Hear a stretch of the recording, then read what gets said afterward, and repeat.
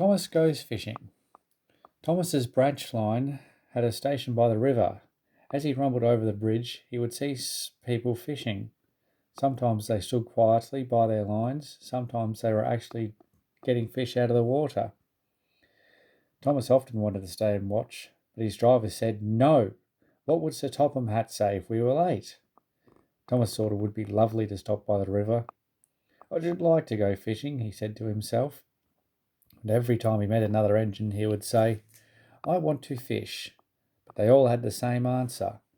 Engines don't go fishing. Silly stick in the muds, he would snort impatiently. Thomas generally had to stop and take in water by the station at the river. One day he stopped as usual. His fireman put the pipe in the water tower from the water tower into his tank, turned the tap, but it was out of order and no water came. Bother, said Thomas. I'm thirsty. Never mind, said his driver. We'll get some water from the river. They found a bucket and some rope and went to the bridge. Then the driver let the bucket down to the water. The bucket was old and had 5 holes, so they had to fill it, pull it up, and empty it into Thomas's tank as quickly as they could, several times over. They finished at last. That's good, puffed Thomas as he started. Annie and Clarabelle were unhappily behind. They puffed along the valley and were in the tunnel when Thomas began to feel a pain in his boiler. Steam began hissing from his safety valve in an alarming way. There's too much steam, said his driver. His fireman opened the tap in the feed pipe to let more water in the boiler, but none came. Oh dear, groaned Thomas. I'm going to burst. They damped down his fire and struggled on. I've got such a pain, Thomas hissed.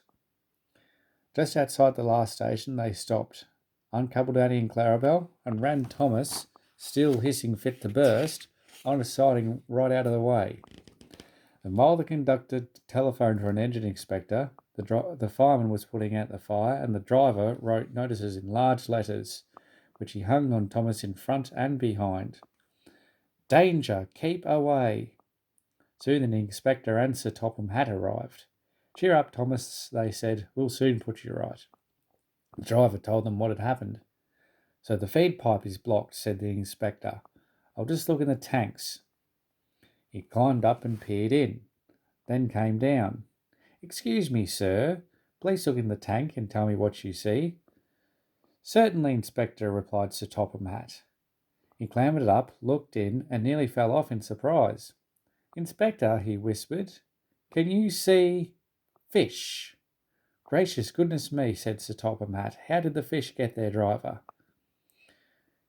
We must have fished them from the river with our bucket, replied Thomas's driver, and he told them about the bucket.